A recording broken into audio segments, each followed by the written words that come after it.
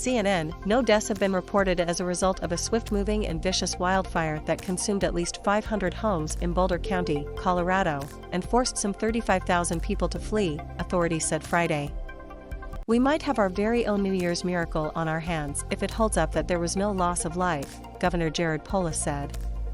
Less than 9% get 8 of 10 questions right on our 2021 quiz. Can you? Governor reduces sentence of truck driver who was given 110 years in fatal crash. The outcome appears all the more astonishing, considering how quickly the Marshall Fire spread.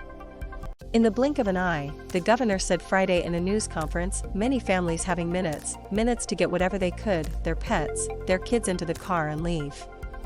Still, hundreds have lost homes and perhaps everything they own. Entire subdivisions burned, Boulder County Sheriff Joe Pell said.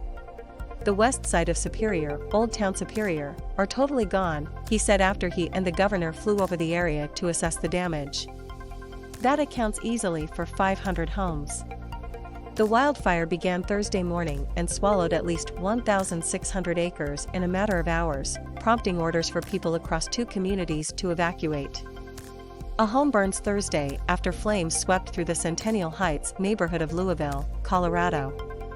Amid historically powerful winds and drought-parched land, some 370 homes were destroyed in a single subdivision just west of the town of Superior, while another 210 homes may have been lost in Old Town Superior, the Boulder County Sheriff said Thursday.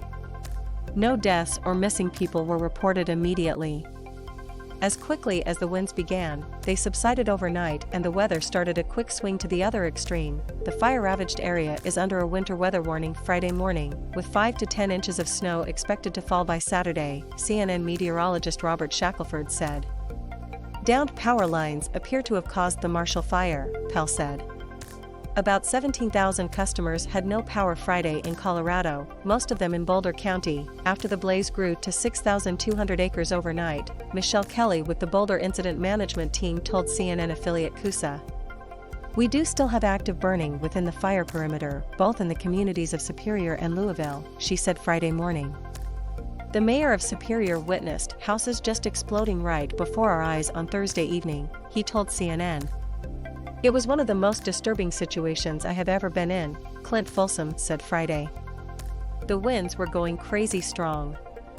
Thursday's event was a truly historic windstorm, with winds gusting over 100 miles per hour in Jefferson and Boulder counties and fueling the blazes, the National Weather Service said.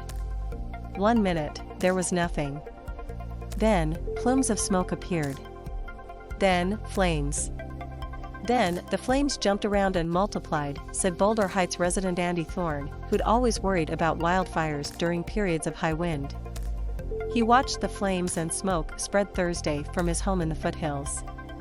The Marshall Fire burns Thursday in Broomfield, Colorado. Wind gusts Thursday pushed the blaze down a football field in a matter of seconds, Polis said. There's no way, he said, to quantify in any financial way the price of a loss of losing the chair that was handed down to you from your grandmother, of losing your childhood yearbooks, of losing your photos, of losing your computer files, which hundreds of Colorado families have experienced today with no warning.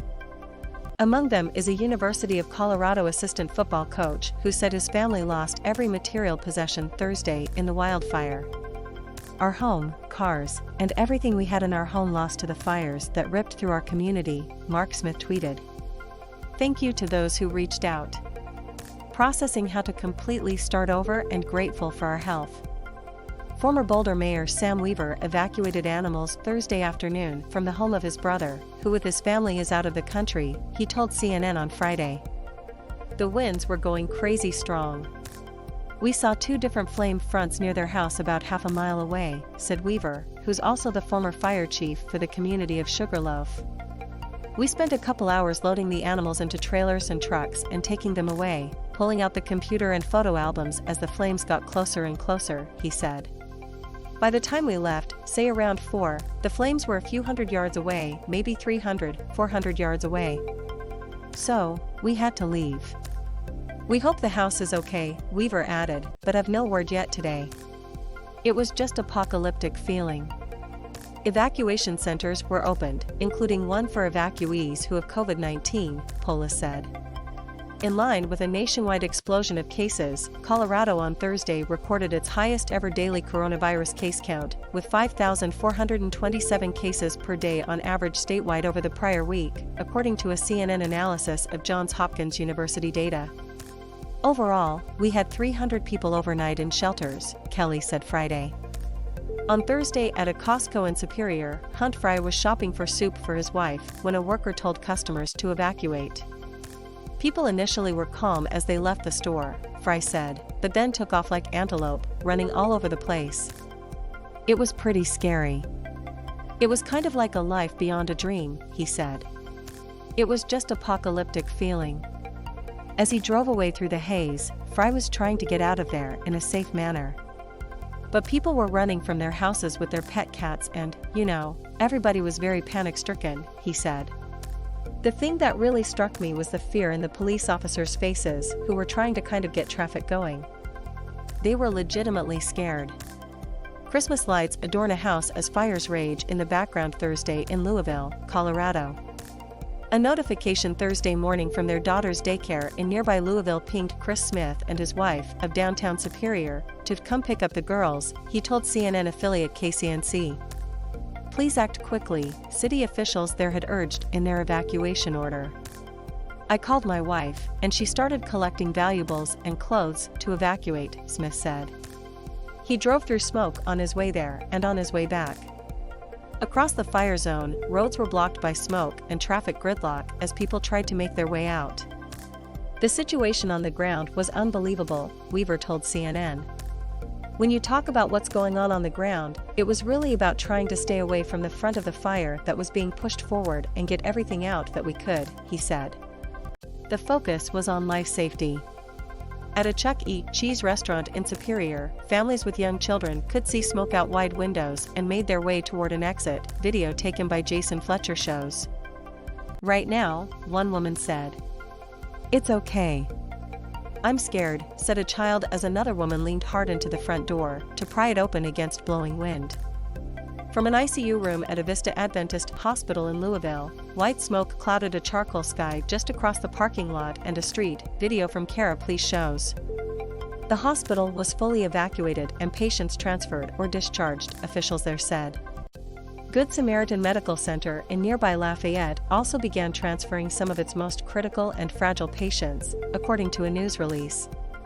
Flames burned right next to roads in Superior and Louisville, and thick smoke made visibility next to impossible, video posted by Broomfield Police shows. Another clip shows homes engulfed in flames. Downed power lines may be the cause. Deputies confirmed downed power lines in the fire zone, said Pell, who cited preliminary reports in pointing to those lines as the fire's cause, with a final determination expected in the coming days. Also sparked was the Middle Fork fire, which was quickly laid down, the sheriff said in a news conference. Strong wind would make battling the fire head-on a challenge, Weaver told CNN's New Day Friday. The high wind speeds were driving embers and other flames forward so quickly, he said, adding, there is no way to attack it head-on, that's absolutely true. Even from the sides, you have to be careful with the swirling winds that are nearby.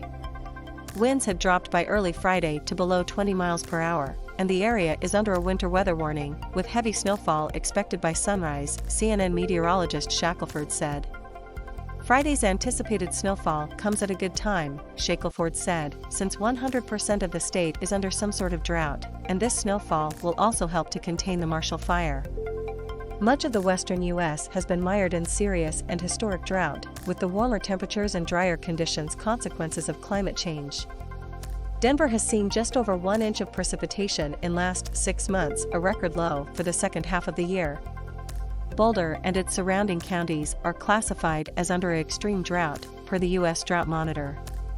But while the snow will help halt the flames advance, for some people that's going to be a problem for trying to retrieve belongings from any burned home, Weaver said. If the snow falls too quickly, he added, it can do further damage to property. The Marshall Fire blazes Thursday through Colorado.